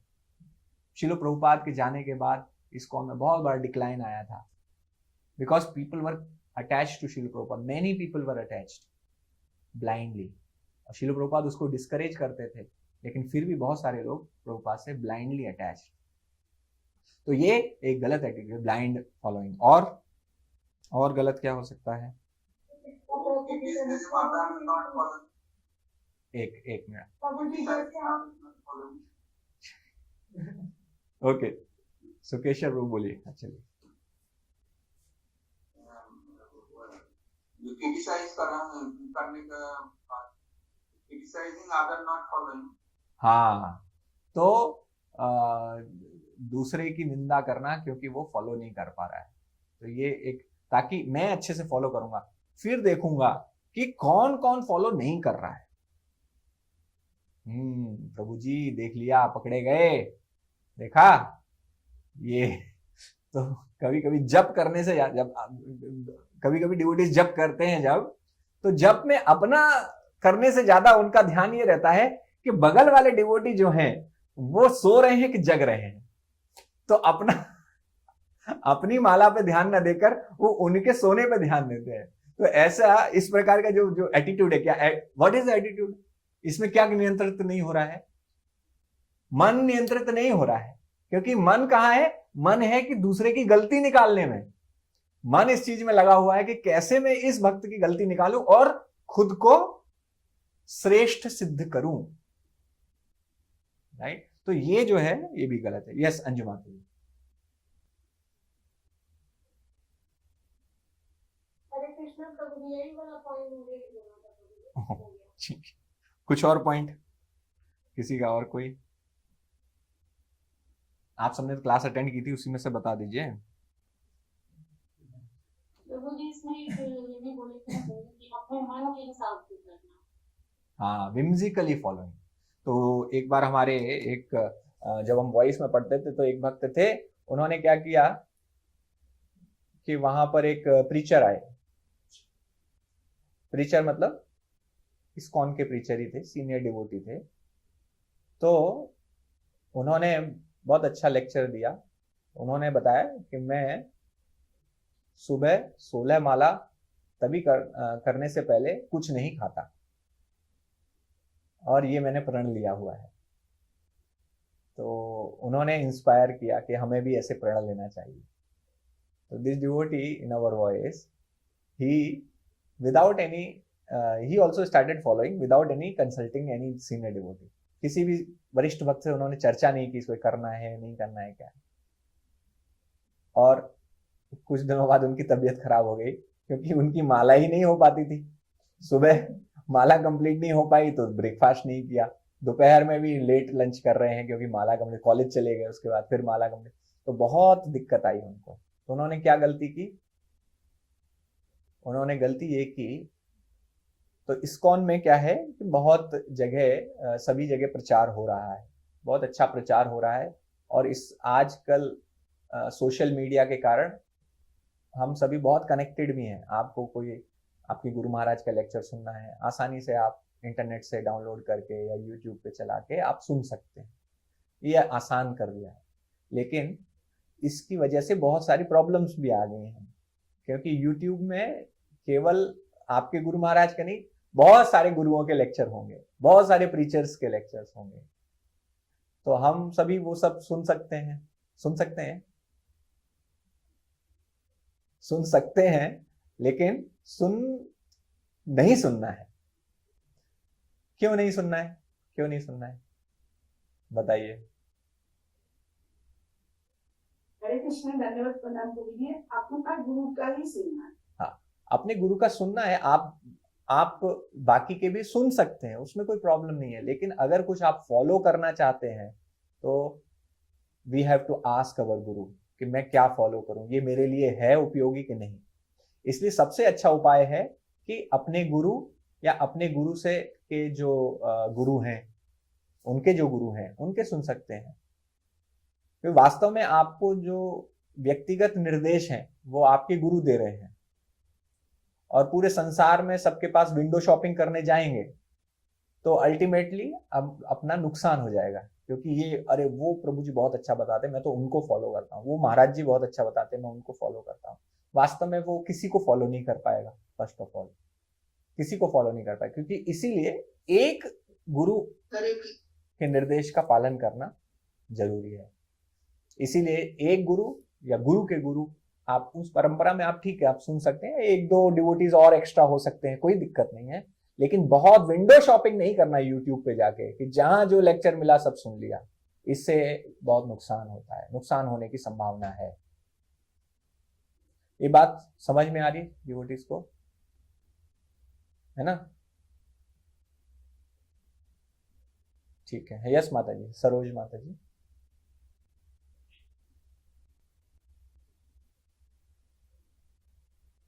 हरे कृष्णा प्रभु जी, अगर हम किसी और का सुनने जाएंगे तो सुनते सुनते चीज ऐसी है कि फिर किसी और का सुनेंगे, और का सुनेंगे, तो जो मुख्य चीज है अपने गुरु की चीज में हम सुन ही नहीं पाएंगे जो हमें जरूरत है। क्योंकि समय तो आपके पास एक तो लिमिटेड है, सीमित है। दूसरा, आप जितना ज्यादा विंडो शॉपिंग, वास्तव में क्या हो रहा है, वास्तव में अगर आप मूल रूप में जाकर देखें तो एक ही चीज हो रही है कि मन आपका वश में नहीं है। मन क्या चाह रहा है? पहले जब भक्त नहीं बने थे तो मन इंद्रियों को विषयों के प्रति आकर्षित करता था। अभी भक्त बन गए तो मन को दूसरा तरीका मिल गया। अब तो ये भक्त बन गया है, अब तो इसको सिगरेट पीने में, चाय पीने में, कॉफी पीने में मजा नहीं आएगा, तो इसको अलग अलग वैरायटी देने का कोई फायदा नहीं है, अब इसको दूसरी वैरायटी देते हैं। तो मन क्या है, हमेशा वैरायटी की तलाश में है। तो मन अब आपको तलाश करेगा किसका बढ़िया लेक्चर इस संसार में, कितनी बुक्स मिल जाए। सब बुक्स इकट्ठी कर ली, सारे इतने तो लिख रहे हैं, सब इस्कॉन में भी बहुत लोग लिख रहे हैं, तो सबकी बुक्स इकट्ठी करके पढ़ने लगे या सबके लेक्चर सुन रहे हैं। तो मन क्या है, वास्तव में मन की एक जो सबसे बड़ी चाल है वो ये है कि आपको एक जगह स्थिर नहीं रखता है। मन हमेशा ढूंढता रहता है, यहां आनंद मिल रहा है, वहां आनंद मिल रहा है, कहां आनंद मिल रहा है, इस आनंद की तलाश में घूमता रहता है। एंड इवन भक्ति में आने के बाद भी हम क्या है, अब इस आनंद को अलग अलग जगह ढूंढने की कोशिश करते हैं कि ये कौन सा पॉइंट मुझे मिल जाए, बहुत स्पेशल कुछ पॉइंट मिल जाए जिसको मैं दुनिया के सामने दिखा सकूं। तो वो इसीलिए मन ले जाता है, ये बड़े अच्छे बाबा बड़े अच्छे पॉइंट बताते हैं, वो बड़े अच्छे पॉइंट बनाते हैं। इस वजह से क्या होता है, अपना नुकसान होता है, अपना भक्ति का नुकसान होता है।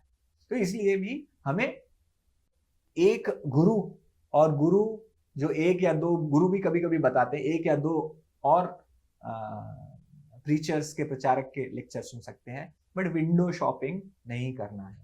तो इसको इस तरीके से मत समझिए कि मैं मना कर रहा हूं किसी सुनने के, बट ये जो है हमारी सेफ्टी के लिए अच्छा है, जो भक्ति में सीरियस होना चाहते हैं। हाँ, गंगोत्री माता जी आप कुछ बोल रहे थे? प्रभु जी, एक्चुअली गुरु मतलब जिनको हम प्रैक्टिकली अप्रोच कर सकते हैं, फिजिकली मैक्सिमम टाइम कि हमारा जो भी प्रॉब्लम हो रहा है लॉजिकली, मतलब उनको समझने के लिए मतलब गुरु ऐसे ही होने चाहिए जिनको प्रैक्टिकली अप्रोच कर सकते हैं। ये नहीं कि भाई जैसा बताया कि विंडो शॉपिंग करें तो अपना मन का सारा डाउट मन में ही रहेगा, तो फिर इधर उधर घूमते हैं, तो वो 10 नाव में पैर रख के तो डूबना ही है। तो मेन ये भी है कि लॉजिकली अगर हम मतलब मेरा जो प्रॉब्लम है वो गुरु सेटिस्फाई कर रहा है, उसके लिए मैं फिजिकली अगर अप्रोचेबल है या फिर ऑनलाइन ऑफलाइन दो भी, मतलब जिनको मैं फिजिकली देख रही हूँ डे टू डे लाइफ में, तो उनमें विश्वास भी और बढ़ता है, बिकॉज ऑफ कोर्स वो मतलब शास्त्र के हिसाब से चल रही है। तो ये पॉइंट मुझे लगा। यस, तो तद्विधि प्रणिपातेन परिप्रश्नेन सेवया उपदेक्षन्ति ते ज्ञानम ज्ञानिनः तत्त्वदर्शिनः। तद्विधि प्रणिपातेन, जिनको आप शरण में जा सकें और जिनसे प्रश्न कर सकें, जिनसे पूछ सकें। तो आप अगर प्रश्न करना चाहें तो, क्योंकि सोशल मीडिया पे जो प्रचार हो रहा है उसमें प्रश्न उत्तर की बहुत ज्यादा संभावना भी नहीं रहती है, और प्रश्न उत्तर आपको आपके जो पर्सनल इंस्ट्रक्शन है वो आप एक ही व्यक्ति, अगर आप अपनी पर्सनल इंस्ट्रक्शन 4 व्यक्तियों से लेंगे तो अपने जीवन को भी तहस नहस कर लेंगे। पर्सनल इंस्ट्रक्शन एक ही भक्त होने चाहिए। तो ये एक हो गया विम्जिकल एटीट्यूड। और कोई गलत उसका उदाहरण? सही के उदाहरण कोई? क्या सही भावना हो सकती है, क्या क्या सही भावना हो सकती है? यस हरिमा माता जी। बाकी लोग हैंड रेज कर सकते हैं, हैंड रेज का बटन है ना, वहां पे हैंड रेज कर सकते हैं। यस, विनम्रता होनी चाहिए कि जब हम कुछ भी कर रहे हैं, शास्त्र पढ़ रहे हैं, कुछ कर रहे हैं, तो उसमें जब तक विनम्रता हमारे अंदर नहीं आएगी तब तक हम आगे नहीं बढ़ पाएंगे। और ये विनम्रता हमें आएगी गुरु परंपरा के माध्यम से, जो गुरु बता रहे हैं उसको हम फॉलो करते जाए, तो उससे हमारी विनम्रता और कृतज्ञता होनी चाहिए। तो विनम्रता क्या है? व्हाट इज विनम्रता इन कृष्णा कॉन्शियसनेस? कृष्णा कॉन्शियसनेस में विनम्रता का क्या मतलब है? नंबर 1, विनम्रता मतलब अगर आपके अंदर कुछ गुण है तो गुण कहां से आया है? कृपा से आया है। किसकी कृपा से आया है? वैष्णवों की कृपा से। हाँ, वैष्णव, गुरु और कृष्ण की कृपा से। ये विनम्रता है। तो जब भी आपके अंदर कोई गुण है तो कहां से आया है? गुरु, वैष्णव और कृष्ण की कृपा से। और अगर कोई दुर्गुण है तो ये कहां से आया है? स्वयं से आया है। हाँ स्वयं से आया। हाँ, स्वयं से आया है। तो ये भी स्वीकार करना, ये भी विनम्रता है कि ये दुर्गुण है, ये मेरे खुद के हैं। जो गुण मेरे अंदर आप अगर कुछ देख रहे हैं, पहली बात तो गुण नहीं है। सबसे पहला चीज है कि हमें ये कहना है कि ये भी विनम्रता का एक पार्ट है कि मेरे अंदर कोई गुण नहीं है, मेरे अंदर कोई गुण नहीं है। अब प्रश्न ये आता है कि प्रभु जी गुण तो है, फिर तो मान लीजिए गुण है, प्रभु जी गुण है, अब क्या करूं? मेरे अंदर कोई गुण है, मैं अच्छा गा लेता हूं, क्या करूं? इसमें मेरी गलती थोड़ी है, तो गुण है मेरा, तब मैं इसको क्या बोलूं? लेकिन ये गुण भी जो गुण है वो वैष्णव, गुरु और कृष्ण की कृपा से है। तो पहले भक्ति, ये हमारे एक्चुअली व्यक्तिगत, जब हम एक दूसरे से मिलते हैं तो हमें कैसे व्यवहार करना है, विनम्रता कैसे, मेरे अंदर कोई गुण नहीं है तो अपना पता होना चाहिए। क्योंकि आपके अंदर अगर कोई स्किल है, स्किल जैसे गाना एक स्किल है, अगर आपके अंदर कोई क्षमता है तो उस क्षमता का अगर ये अहंकार है तो ये दुर्गुण है। और गुण तब है जब उस क्षमता को आप भगवान की कृपा मान के, गुरु और वैष्णवों की कृपा मान के उस क्षमता को स्वीकार करते हैं, तो ये गुण है। तो इस प्रकार से हमारे अंदर या तो कोई गुण नहीं है, अगर कोई गुण है तो मेरे गुरु और कृष्ण की कृपा है, और जो मेरे दुर्गुण है वो मेरे खुद के स्वयं के दुर्गुण है। तो ये विनम्रता है। और विनम्रता क्या होती है? आप जो अनुपालन कर पा रहे हैं, ये सब जो है गुरु की कृपा से ही कर पा रहे हैं। नियमों का जो इस श्लोक के संबंध में है कि हम जो इन वेगों को नियंत्रित कर पा रहे हैं वो किस कारण हो रहा है? केवल गुरु और वैष्णवों की कृपा के कारण हो रहा है। और दूसरी और क्या भावना हो सकती है सही? तो हमें जो मिल रहा है वो उसमें कृतज्ञता भी हमको दिखानी चाहिए। जब इतने कृतज्ञ रहेंगे तभी हम आगे कुछ कर पाएंगे। तो हमारे अंदर ये भी विनम्रता का ही एक पार्ट है। ये जो नंबर 3 की जगह हम 4 भी लिख सकते हैं, एक और कृतज्ञता।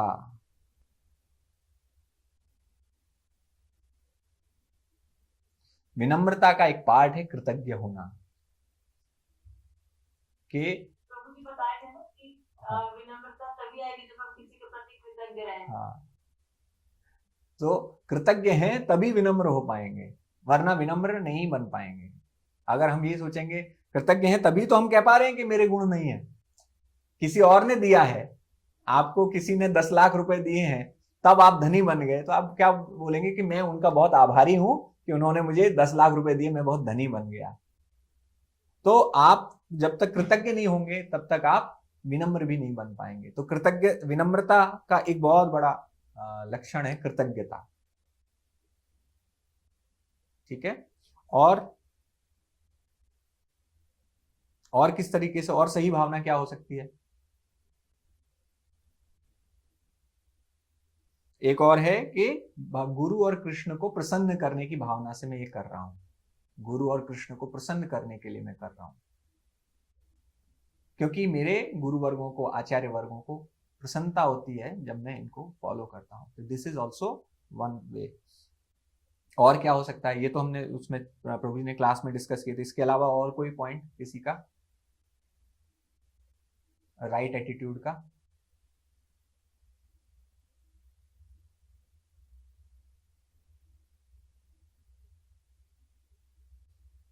ठीक है, ओके, पॉइंट समाप्त। आप लोग अपने बुक रीड। हाँ, अंजू माता जी। कृष्णा प्रभु जी, प्रभु जी ये हो सकता है क्या कि हमारे भक्ति के लिए जरूरी है, इसलिए हमें ये करना पड़ेगा? हाँ, करना है हमें, क्योंकि हम भक्ति में आगे बढ़ना है हमें, तो हमें ये करना पड़ेगा। चलो, हाँ, ये भी राइट एटीट्यूड है। मतलब this is also good attitude, अच्छा एटीट्यूड है कि मैं भक्ति में प्रगति करना चाहता हूँ। क्यों प्रगति? लेकिन प्रगति क्यों करना चाहते हैं?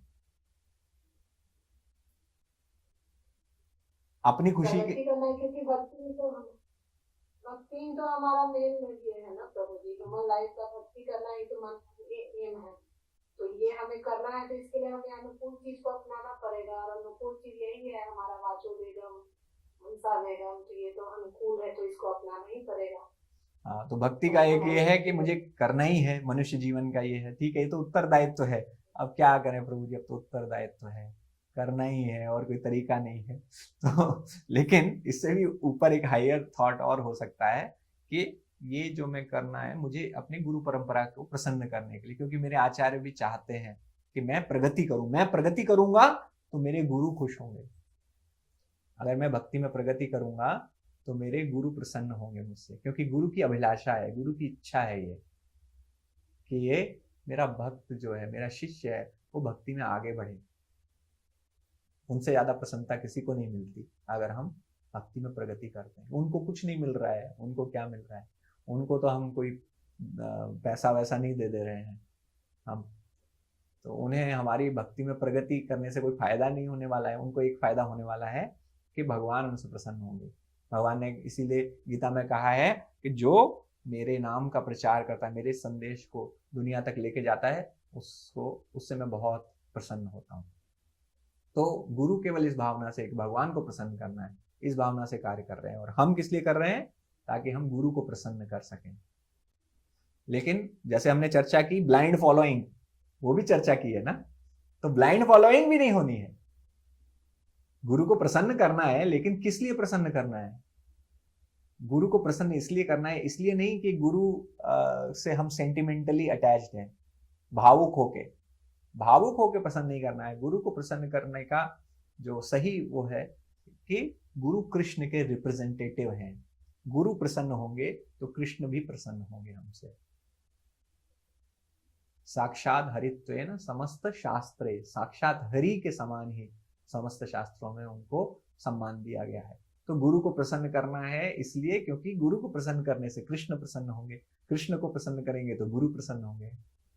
राइट? कृष्ण के लिए आप सेवा करेंगे तो गुरु प्रसन्न हो जाएंगे, और गुरु की आप सेवा करेंगे, गुरु की भक्ति करेंगे, गुरु के निर्देशों का पालन करेंगे तो कृष्ण प्रसन्न हो जाएंगे। तो ये सर्कल है। यस, ठीक है। तो मैं जस्ट देख लेता हूं कुछ छूट तो नहीं गया।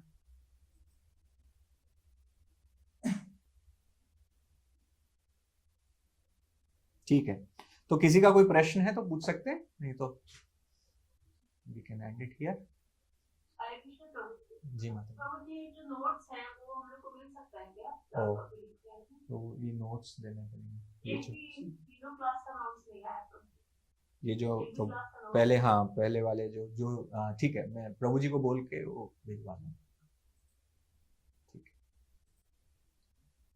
और किसी का कुछ प्रश्न तो नहीं है?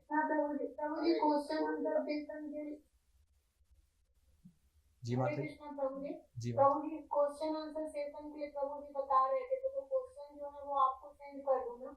हाँ हाँ, जो भी क्वेश्चंस हैं वो आप मुझे सेंड कर दीजिए, और अपने पास भी रखिए इन केस अगर जिस दिन क्वेश्चन आंसर सेशन होगा तो अगर मैं भूल जाऊं तो आपके पास भी रहेंगे। ठीक है।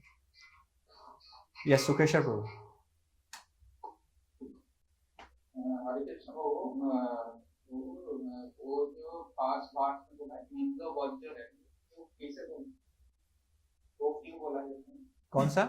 दो तरीके से ब्रोकन किया है, दो पार्ट में, पांच पार्ट्स को दो पार्ट में ब्रोकन किया है। हाँ हाँ। तो वाचो बेगम अब ये कैसे इंद्र वज्र मीटर क्यों बोला जाता है ये तो मुझे नहीं पता। अब अगली क्लास में प्रभु जी से पूछ लेंगे इसको क्यों बोला जाता है इंद्र वज्र मीटर। बट जो आप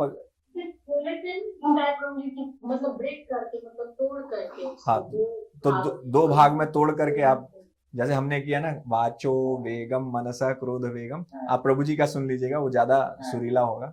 जिह्वा वेगम उदरोपस्थ वेगम। हाँ, तो एक लाइन को दो पार्ट में ब्रेक किया है बेसिकली। इसीलिए अब वो जो गाना भजन हुआ ना वो एक वैष्णव था तो उसमें 6 गुणों का वर्ग होता है तो वो एक 6 गुण कैसे वो आगे आएंगे ना, दोस्त को मिला है आगे आएंगे, उत्साह निश्चय है, हाँ आगे आएंगे। एनवाई की वर्सेस ही है वो, तो जब हम आगे वर्सेस श्लोक पढ़ेंगे ना तो उन सभी श्लोक में ये सब छह जो चीजें हैं ना वो सब उसी से आती हैं, वहीं से भक्तिविनोद ठाकुर ने भजन लिखा है। हरे कृष्णा प्रभु जी। जी माता जी, हरे कृष्णा। प्रभु जी ये जो नंबर 1 में जो शोभन सुनकर अनुपालन करता है सबसे श्रेष्ठ है, उसके बाद नंबर 2 वाला जरा बताएंगे। हाँ, नंबर 2 है जो सुनता है और देखता भी है, सुन के केवल यकीन नहीं करता, उसके बाद फिर वो देखता भी है, उदाहरण ढूंढता है कि किसने, जैसे हमने सुना एक सिद्धांत सुना कि गुरु की आज्ञा पालन करने से भगवान कृष्ण को प्राप्त कर सकते हैं। तो ये सुना, तो सुन के कैसे पता चलेगा? प्रभु जी कोई उदाहरण है? हाँ, ध्रुव महाराज का उदाहरण है। ध्रुव महाराज ने अपने गुरु की आज्ञा का पालन किया और उनको भगवान प्राप्त हो गए। तो आपने सुना और फिर उदाहरण भी देखा, फिर आपने विश्वास किया। तो कोई एक जो होगा केवल सुन के ही फॉलो कर लेगा, अच्छा गुरु ने बोला है ठीक है, लेकिन दूसरा होगा वो ये भी पूछ सकता है कि इसका कुछ उदाहरण है क्या, या खुद जो है दर्शन देखने की भी इच्छा अगर किसी के मन में आती है कि देखना चाहते हैं कि कहाँ किसके साथ ऐसा हुआ, राइट। ये जो है पाप कार्य करने से यमदूत के दर्शन होते हैं अंत में। तो आप बोले कि किसी का कुछ हुआ किसी के साथ, हाँ अजामिल की कहानी देखो, अजामिल ने बहुत पाप किए, अंत समय में यमदूत आए उसको लेने के लिए। तो अच्छा हाँ समझ गए प्रभु जी, ठीक ठीक ठीक। तो ये एक्चुअली हम जब अध्ययन करते हैं ना, हमें पढ़ाई इसी प्रकार से करना चाहिए। आपको कुछ सिद्धांत अगर आपने पढ़ा, आपके गुरु ने बताया कुछ सिद्धांत, किसी क्लास में डिस्कस हुआ, तुरंत उस सिद्धांत का उदाहरण हमारे दिमाग में चमकना चाहिए। तो उदाहरण भी 3 प्रकार से मतलब हम सोच सकते हैं। एक उदाहरण हो सकता है, पहला शास्त्र से उदाहरण, शास्त्र से उदाहरण।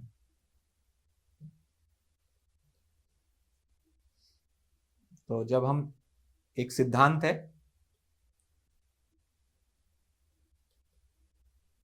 तो सिद्धांत के सपोर्ट के लिए एक शास्त्र से उदाहरण होगा। दूसरा सामान्य की जगह हम लिखेंगे वर्तमान जीवन से उदाहरण।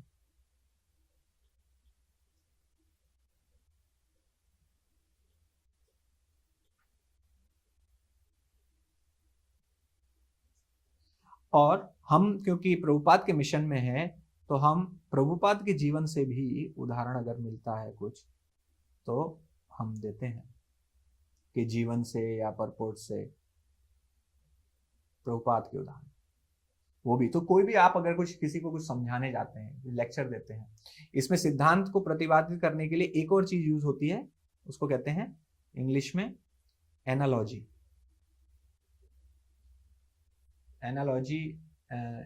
एनालॉजी को हिंदी में क्या कहते हैं मुझे याद नहीं आ रहा है।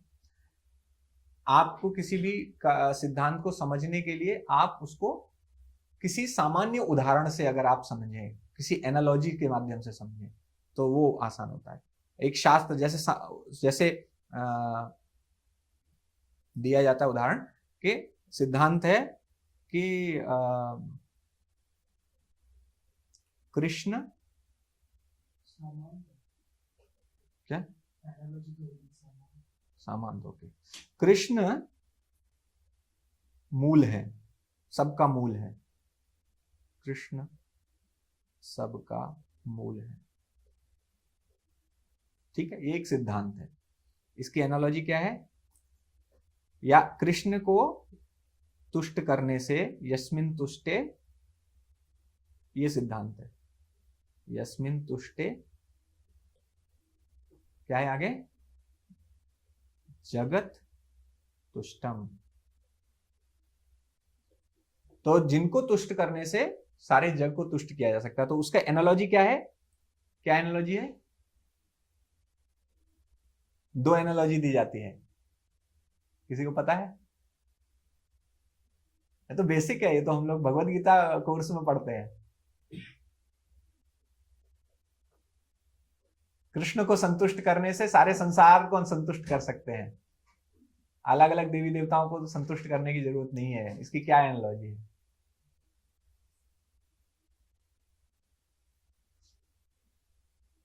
पेड़ वाला है ना प्रभु। हाँ जड़ वाला, मैं कह रहा था भगवत गीता वाला बेसिक्स फिर से अटेंड करना पड़ेगा सबको अभी तो। हाँ, पेड़ की जड़, तो पेड़ की जड़ में पानी देने से पूरे वृक्ष को पोषण मिलता है। और दूसरा उदाहरण होता है उदर को खाना जाता है, पूरे शरीर को पोषण मिलता है। तो ये एनालॉजी है। तो आपको कोई सिद्धांत प्रतिपादन करना है, कोई सिद्धांत समझाना है, आपको किसी को क्लास देनी है, तो आपको एक ढूंढना है कि एनालॉजी कोई मिल जाए, उससे बहुत आसानी से समझ में आता है। दूसरा है फिर शास्त्र से उसके कोई उदाहरण मिल जाए। और तीसरा है कि वर्तमान जीवन से कोई उदाहरण मिल जाए। जैसे आपने देखा होगा श्रीनिताय प्रभु अपने जीवन से बहुत सारे उदाहरण देते हैं। अपने जीवन में उनके साथ कुछ घटना हुई है, उनके सिस्टर के साथ, फादर के साथ, मदर के साथ, ये सब उदाहरण देते हैं। तो वर्तमान जीवन से, अपने स्वयं के वर्तमान जीवन से आप अपने स्वयं को उदाहरण देंगे, उससे लोगों को बहुत इंटरेस्ट आता है। लोगों को अच्छा ये आपका स्वयं का अनुभव है, तो उससे भी लोगों को पता चलता है। और प्रभुपाद के भी कुछ उदाहरण, जैसे प्रभुपाद की पुस्तकों में भी बहुत सारे उदाहरण दिए हुए हैं और प्रभुपाद के जीवन के भी बहुत सारे उदाहरण हैं। ये सब तरीके से हम किसी सिद्धांत को प्रतिपादन कर सकते हैं। ठीक है, तो ये है सुन के, फिर सुनने के बाद देख के। ठीक है, और ये क्लास देने का तरीका हो गया, कैसे क्लास देनी। किसी का कोई और प्रश्न तो नहीं है? ठीक है, सो पहला श्लोक आप सब उसमें अपने बुक रीडिंग ग्रुप में पढ़ेंगे और उसके साथ साथ असाइनमेंट में आप उसको सॉल्व कर लेंगे, हो जाएगा। एंड उसको थोड़ा डीप में जाके सभी पॉइंट्स, क्योंकि उस परपोर्ट में आपको बहुत सारे पॉइंट्स मिलेंगे। परपोर्ट अगर आप प्रभुपाद का पढ़ेंगे तो उसमें बहुत उदाहरण मिल जाएंगे,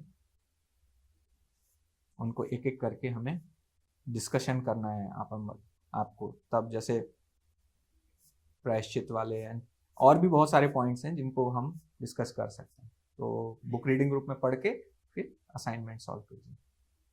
हरे कृष्णा कृष्ण कृष्ण हरे हरे, हरे राम राम राम हरे हरे। श्री उपदेशामृत की जय, श्री रूप गोस्वामी की जय, समवेत गौर भक्तवृंद की जय, श्री प्रभुपाद की। हरे